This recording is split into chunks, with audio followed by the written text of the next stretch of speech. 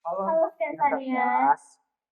Wah, selamat datang di podcast kali ini pengenalan jurusan kreatif kayu di SMP Negeri 1 Banjarbaru. Sebelumnya, perkenalkan diri saya Muhammad Ridwan dari kelas 11 Program dan partner saya. Halo semuanya, perkenalkan nama saya Fatihatul Musifa dari kelas 11 OTKPA. Nah, podcast hari ini kan pengenalan jurusan kayu nih. Tentunya kita sudah ditemani oleh Bapak Guru dari jurusan kayu. Silakan Pak memperkenalkan dirinya. Baik, terima kasih. Assalamualaikum warahmatullahi wabarakatuh.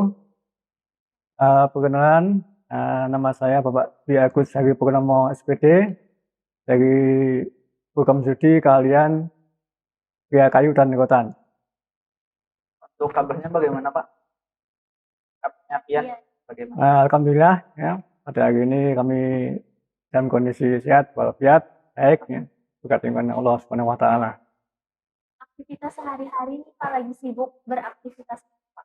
Ya, untuk saat ini kan masih dalam situasi PPDB ya, kita masih mengurusi anak-anak yang masih mulai dari data ulang ya, verifikasi ya, dan saat ini masih dalam proses verifikasi data ulang. Jadi kegiatan akhir-akhir ini masih sibuk untuk mengurusi PPDB ya Pak? Iya, benar. Nah, nggak usah lama-lama lagi nih, langsung aja kita masuk ke dalam pembahasannya ya. Bapak sudah berada di sini di saat jurusan kayu itu sudah ada atau belum dibangun gitu, Pak? Pak udah mulai di sini sudah awal mulainya siswa masuk ya. Jadi bangunan udah berdiri, mulai pendaftaran siswa masuk, itu Bapak udah mulai di sini. Jadi dulu masih satu jurusan ya, dan kayak kayu aja yang buka. Nah, itu. Itu kira-kira tahun berapa ya Pak? Kita ke tahun awal 1994. Berarti sudah lama ya? Iya, sudah berdirinya sekolah ini dibuka. Tapi Ya. duluan kayu ya, Pak? Iya, Jurusan pertama. pertama kali kayu yang dibuka. Kalau misalkan Bapak sudah dari awal jurusan ini dibangun, berarti Bapak tahu sejarahnya gimana Pak kayu itu dibangun jurusannya? Ya karena ini ya, untuk kenapa dibangun ya, awal dibuka jurusan kayu ya, mungkin dari pihak Disbud pusat ya, khususnya Disbud Pendidikan Menengah Kejuruan ya, kan melihat geografis lingkungan di Kalsel ya, dulunya kan banyak ya jenis hutan ya, kemudian menghasilkan kayu-kayu yang berkualitas ya. Nah itu mendukung juga waktu itu ya, itu banyak perusahaan kayu di daerah Kalsel ya, yang juga di ya, mebel, furniture, ya, terus souvenir itu banyak tuh, baik itu untuk ekspor maupun untuk lokal. Ya, saat itu banyak perusahaan itu, baik di Banjarmasin, di Pati-Pati ya, itu daerah-daerah Banjarmasin yang dekat dengan pelabuhan itu banyak itu perusahaan kayu yang hanya level menengah ke atas. Ya, itu. Nah, hambatan di saat mendirikan jurusan nih, Pak? Apa yang hambatannya? Ada Pak, Ada. hambatannya. Kalau pas pendirian apa bangunannya Pak nggak tahu persis ya. Tapi yang jelas mungkin untuk penghambatan mungkin bagi pasti ya, mungkin masalah ini pembebasan lahan mungkin ya, itulah mungkin. Tapi itu nggak pasti juga ya. Yang jelas jurusan kayu pertama kali dibuka itu karena itu awal mulai yang dibuka itu. Ya. Ya, itu. Untuk peminatnya siswanya itu sudah banyak yang berminat Pak atau bagaimana? Dulu banyak minat tuh. Ya. Karena baru kayu dibuka ya. Ya itu sampai 2-3 kelas dulu. Awal jurusan masih buka itu. Karena memang baru satu jurusan ya. Dan mungkin juga dulu belum ada jurusan lain ya, mungkin anak yang masuk situ kan mungkin bisa melihat dari mungkin berpikir banyak industri yang buka di sini ya, mungkin nanti ke sana arahnya. Untuk sekarang Bapak ini menggurui berapa mapel, Pak? Atau cuman mapel yang jurusan Pian aja, Pak? Atau ada yang lain lagi? Kalau Bapak 11 bidangnya ilmunya kan ya dulu kan serupa ya, saya ke kayu ya, mungkin situ aja, kayu aja, kayu ya. Kayu aja. Ya. Itu teknik-teknik apa aja Pak yang diasah dalam jurusan kayu itu Pak?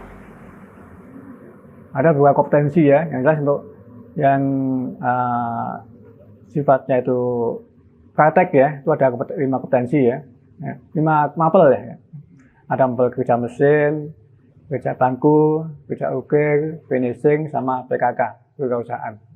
Kalau yang di program lainnya kelas 1 tuh ya, ada 1-2 ya, itu masih dasar ya, itu sifatnya ya masih umum ya, kayak mungkin ada gambar teknik, gambar teknik ya, kemudian simdik ya, kemudian dasar kejuruan, dasar dosen pria ya itu. Tapi khusus yang sudah ke praktek kelas 11-12 itu ada itu 5 mapel lagi. Nah Pak, ini kan ada loh Pak, orang-orang tuh nanya gitu, nah jurusan kayu nih cuman kayak tahunya kan kayak ukir, habis itu biasanya cuman bikin kursi doang atau apa gitu. Itu apa sih Pak yang dibikin tuh, atau kayak seni rupa 3 dimensi atau 2 dimensi gitu Pak? Untuk produknya ya, itu sebenarnya macam-macam ya. Bapak rasa apa untuk di kayu itu, karena namanya kayu ya, mungkin dari segi produknya kan banyak dikonsumsi oleh masyarakat umum ya, untuk perumahan ya. Ada yang mebel, souvenir, terus cendera mata ya, terus alat-alat rumah tangga kan itu. Jadi macam-macam lah sifatnya yang perayuan ya. Toh kalau lihat-lihat di ini, di dunia maya kan banyak produk yang misalnya lebih bermacam-macam lagi. Tinggal bagaimana itu membuat idenya terus mengaplikasikan ke dalam produk yang mau dibuat itu. Untuk jurusan kayu sendiri nih Pak, baru ada di SMK 1 ini atau di SMK lain tuh ada Pak jurusan kayu? Maksudnya di provinsi lain atau khusus di Kalsel? Khusus di Kalimantan Selatan Pak. Karena di Kalsel itu yang sekolah, yang rumpun seni dan industri kria itu cuma di sini ya, di sini aja. Berarti di sini ya Pak, Ya. satu-satunya? Awal dulu kita dari tahun 1990-2000-an ya, itu ada di AMT, itu pernah dibuka kayak gini juga, sekolah industri kria juga, tapi tidak berkembang, jadi beralih ke jurusan lain. Jadi yang masih bertahan di sini aja, di Kalsel baru ini untuk krianya ya. Nah sebelum Bapak menjadi guru produktif kayu nih loh, pian tuh apa harus tinggi gitu Pak sekolahnya untuk jadi guru? Pembekalan dari piannya dulu Pak. Saya sendiri. Iya. Ya karena mau sudah terjun ke dunia pendidikan ya, mau nggak mau harus menekuni dulu di bidang itunya ya, bidang kayunya ya. Ya tuh. Jadi boleh sebelum diceritain Pak dari awalnya pian jadi pian suka gitu, nah jadi guru jurusan kayu ini Pak. Ya mulai awalnya kita ya apa ya, hanya dari segi apa ya, integran pribadi lah, sudah punya ketertarikan atau hobi lah ya, itulah karena di bidang pekayuan ya, kemarin kan ingin mencipta itu loh ya, berarti kan harus tahu prosesnya, keteknikannya. Nah dari situ mungkin awal mula dari ini bisa masuk ke mengajar di kayunya. Jadi pian pelajarin ya Pak dari awal itu? Iya, ya. Ketika masih siswa dulu ya, ya dulu awalnya kan nggak sempat juga kayak adik-adik ini. SMK juga dulu nama SMIK. Nah dulu kita tuh sebelum SMK nama SMIK juga SMIK. Nah terus saya di juga SMK di Sekolah Menengah Industri Kerajinan. Ya itu memang khusus untuk kria itu. Ya, dari di situ saya udah mulai menekuni itu, ya menunjukkan ketertarikan juga lah ya. Nah, habis itu lulus, karena karena sebenarnya untuk SMK kan bagi saya sendiri ya, itu ada dua tujuan ya. Karena di situ ada tujuan untuk wirausaha ya. Kedua ada juga untuk naik pendidikan lebih tinggi. Ketika saya lulus itu udah lulus ya, ke perguruan tinggi masuk, udah lanjut ke pendidikan tingginya, baru ke sini ya. Tapi ketika dulu saya nggak bisa masuk perguruan tinggi, saya mau usaha. Nah, kebetulan kita setelah lulus sekolah itu saya udah punya kelompok untuk usaha di bidang Bapak sendiri ketika masih itu ya.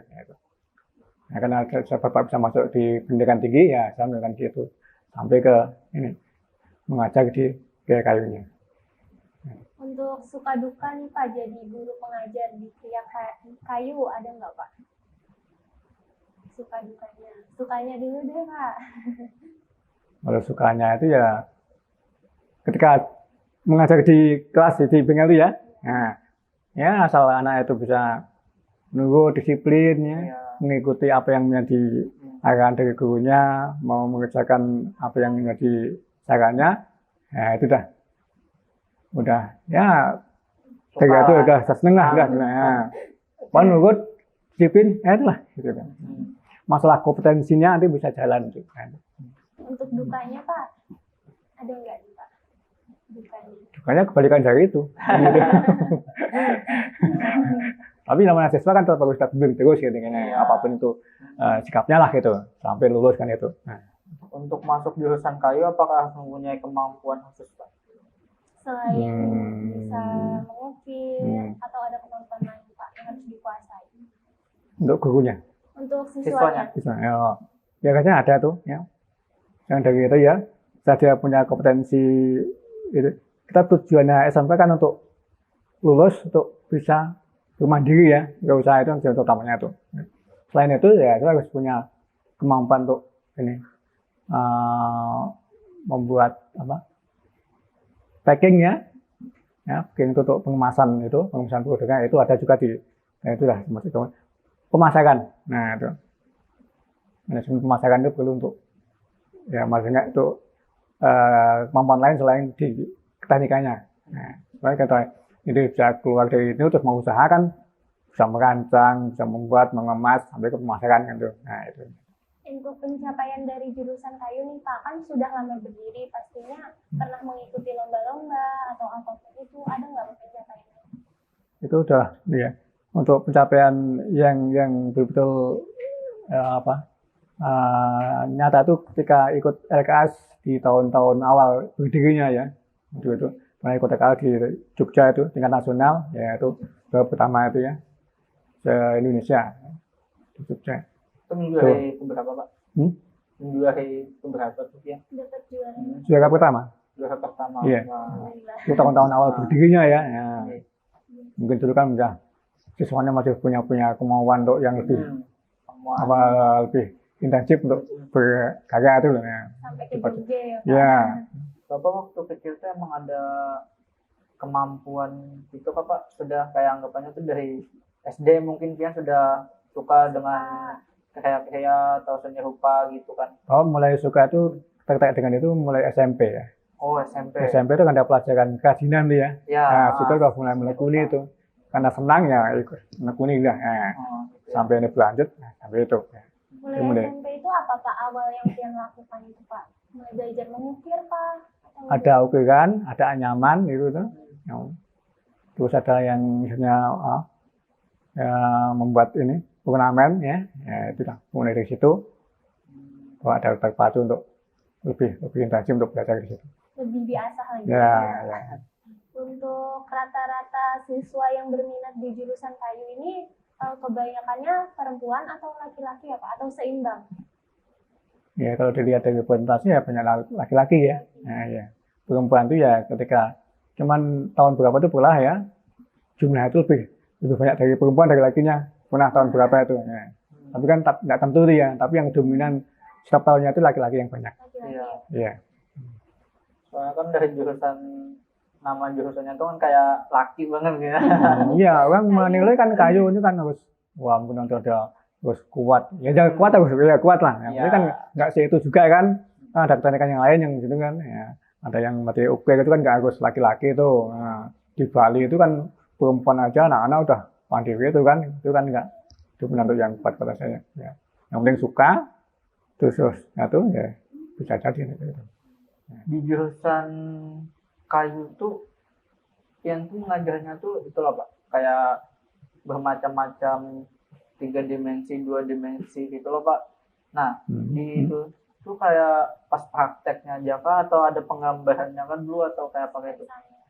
Ya biasanya kalau sebelum praktek anak-anak kan dikasih itu dulu model atau desain lah ya. Untuk mencari kreativitas masing-masing kan. kita kasih kebebasan dulu untuk membuat modelnya ya, desainnya ya. Kalau desain paling 2 dimensi lah desainnya ya. Ini kita aplikasikan ke produk ya, baru 3 dimensi. Yang 3 dimensi pun nanti ada yang sifatnya 2 dimensi ya, kayak itu hiasan dinding ya, yang sifatnya ukiran itu kan ada 2 dimensi itu, ya, itu 2 dimensi juga itu.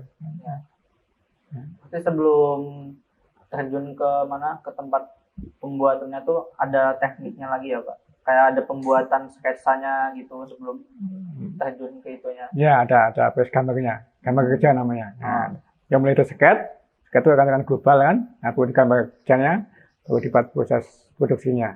Nah. Untuk jurusan kayu sendiri kan Bapak sudah lama mengajar nih Pak. Biasanya ada nggak sih Pak anak murid yang ngeluh dari jurusan kayu nih? Wah jurusan kayu kok susah banget ya sekali masuk. Ya ada sebagian. Ya. Bisa diceritain Pak? Ya, ngeluhnya tidak langsung ngeluh gitu ya. Tapi kita diajar itu kita diajarin gini, ada kaku itu loh. Ya, kaku kan. Mungkin juga terus agak malas. Nah, itulah. Ya. Itu dari situ ketahuan aja. Ya. Itu yang mungkin anak yang agak. Tapi kalau anak itu masih mau mempunyai keinginan ya untuk itu, ya bisa aja nanti itu. Karena kita anak itu mulai kelas 1 ya, sudah betul-betul ini ya, blank betul ya. Tapi kalau ada kemauan, kelas 3-nya bisa aja mengikuti. Yang penting ada kemauan, ada ini inisiatif yang disuruh belajar itu, menurut dengan apa yang diarahkan, ya, saya itu bisa nanti. Terus mau belajar ya Pak? Iya. Nah, buat tanggapan Pian nih Pak, itu kan ada loh kayak murid baru nih yang pas sudah masuk, nah salah jurusan kayak apa nih, kayak itu kayak apa, itu kan pasti apa sih jurusan kayu nih jadinya. Mungkin yang belum tahu gitu ya loh Pak, asal biasanya kan ada tuh yang kayak asal picik aja kayak itu. Yeah. Banyak tuh Pak. Gimana tanggapan dia kayak? Ya itu kami akan supaya untuk sekolah ke 1 SMK ya. Menurut Bapak kan apapun jurusannya ya, itu kan juga menentukan itu masa depannya ya. Masa depannya. Asal dia masih mau untuk ke sekolah ya, belajar, mengikuti itu aturan sekolah ya, kayaknya itu kalau yang mau gitu ya, kan udah aja. Kan biasanya tuh kan ada yang salah jurusan langsung babak nggak mau belajar giat lagi. Ya kalau masih bisa kita akan ke situ ya, dia mau. Tapi kalau dia benar mentok nggak mau ya sudah terserah, jangan gitu. Tapi selama itu masih mau kita bina, masih mau tetap kita akan terus. Kalau misalkan untuk murid yang memang dari awal kan dia salah pilih jurusan tuh Pak, terus saat pembelajaran jadinya uring-uringan, males buat belajar, itu ada nggak Pak tindak lanjut dari jurusan Pak? Ya selama itu tetap kami kali bimbing ya, kami kasih pilihan ya, dengan arahan tadi anak mau nggak? Ya. Kalau dia nggak mau ya terserah anaknya kan, kita nggak maksa ya. Kalau masih mau kita arahkan terus ya, dengan beberapa teknik ya, sebenarnya dengan pembelajaran ya, apa yang dia suka dengan itu ya. Kalau mau nggak suka ya sudah, nah, kita serahkan ke anak sendiri, mau pindah jurusan kah atau apa, ya terserah aja. Kalau kita paksa kan nanti nggak kayak di awal, kan ya itu. Ya itu. Buat siswa di sini loh Pak, sebelumnya adalah Pak yang sudah magang keluar kota kayak itu atau kemana kayak itu. Ada pernah ke Jogja juga. Ke Jogja juga. Ya. Tapi ya nggak banyak kalau kayu itu. Ya di kemampuan namanya magang keluarga kan ada biaya dari sendiri itu kan ya. Mungkin dari finansial mungkin nggak begituan. Ada beberapa yang, tapi nggak banyak. Itu mengikuti apa Pak? Kayak atau magang atau perlombaan kayak itu Pak? Ya magang ya. Tapi ada ketika mau ikut lomba magang dulu ke sana. Ada gitu, ada yang memang magang khusus, ya magang nggak biasanya reguler gitu ya. Ada yang kami kirim karena kita ikut lomba. Nah, gitu. Jadi sebelum perlombaan tuh ada magangnya juga ya dulu ya Pak? Ya kita usahakan lah, karena yang lomba kan, apalagi yang tingkat nasional kita usaha juga semampunya kita gitu kan. Gitu. Dilatih dulu ya Pak? Ya, selain dilatih ini kan, siapa tahu nanti lebih apa yang melatih lebih lebih maksimal kan, nah Iya. gitu harapannya gitu. Menurut Bapak sendiri nih Pak, kan kata Bapak tadi dari SMP ya Pak sudah mulai menyukai Ya, bidang-bidang kayu, Hmm. memahat. Menurut Bapak nih keunikan sendiri nih Pak dari kayu, seninya itu apa ya Pak keunikannya? ya itu kalau banyak sebenarnya bang, dari segi bahannya sendiri ada tekstur gitu kan, ada yang teksturnya itu nanti menimbulkan kesan menarik dari konsumennya atau penikmatnya ya. Dari segi pengubahan bentuknya kan juga akan tergantung bentuknya kayak apa kan, bisa dimunculkan sesuai dengan keinginan penikmat. Nah, itu. Ada yang dengan ukiran ya, ada dengan bentuk-bentuk ya namanya orang penikmat seni kan fleksibel ya. Ada yang rumit, ada yang sederhana ya kan, ada yang macam-macam. Jadi Keunikan tersendiri ya Pak. ya ya. Nah, seperti biasa ya kita minta kesan-pesan untuk murid-murid, bapak yang sedang menonton podcast kita, bagaimana serunya dan tidak salahnya untuk masuk atau mempelajari jurusan kayak kayu nih. Nah, Mungkin bisa Pak kesan-pesan untuk adik-adik yang baru masuk Ya. ke jurusan kayu nih Pak. Ya pesan Bapak ya mungkin untuk calon-calon siswa yang mau masuk sini ya. Bahkan kalau udah ada kemauannya, ya tolong bisa ikuti, khususnya ketika sekolah ikut aja mungkin aturan sekolah ya dengan disiplin, tertib ya. Nah, itu. Kemudian ketika udah masuk ke jurusannya, ya kalau memang udah mau ada niat ke situ, ya silakan ikuti dengan ya santai tapi betul-betul mengikuti apa yang menjadi himbauan dari guru yang ngajar. Ya. Nah, dengan itu kan bisa apa, lebih mengembangkan mengaplikasikannya apa yang ke dalam produk yang nantinya mau dibuat, sehingga mempunyai produk yang berkualitas. Dan berharap juga yang punya produk kayak itu kan fleksibel ya. Semua lini kehidupan pun itu digunakan lah ya. Nah, bagian ada yang jurusan kayu, ya itulah bisa sebagai modal ya untuk mengembangkan di bidangnya, yaitu di bidang kayunya. Ya, betul. Mungkin itu tadi pesan-pesan dari Bapak Adi. Nah, pesan dari kita, semua jurusan itu sama, nggak ada bedanya, sama-sama buat kita mengasah keterampilan, kemampuan yang ada dalam diri kita. Jadi semua jurusan itu sama ya guys. Mungkin tadi sejarah dari kayu sudah kita bahas, buat adik-adik yang baru masuk, jadi tahu nih asal-usul dari jurusan kayu ini bagaimana. Ya mungkin sampai di sini podcast kita hari ini. Jangan lupa buat like, comment, subscribe channel YouTube OSIS Skensa dan follow seluruh akun yang ada di bawah ini ya. Semua akun sosial media yang ada di bawah ini. Mungkin sampai di situ dari kita. See you. Bye.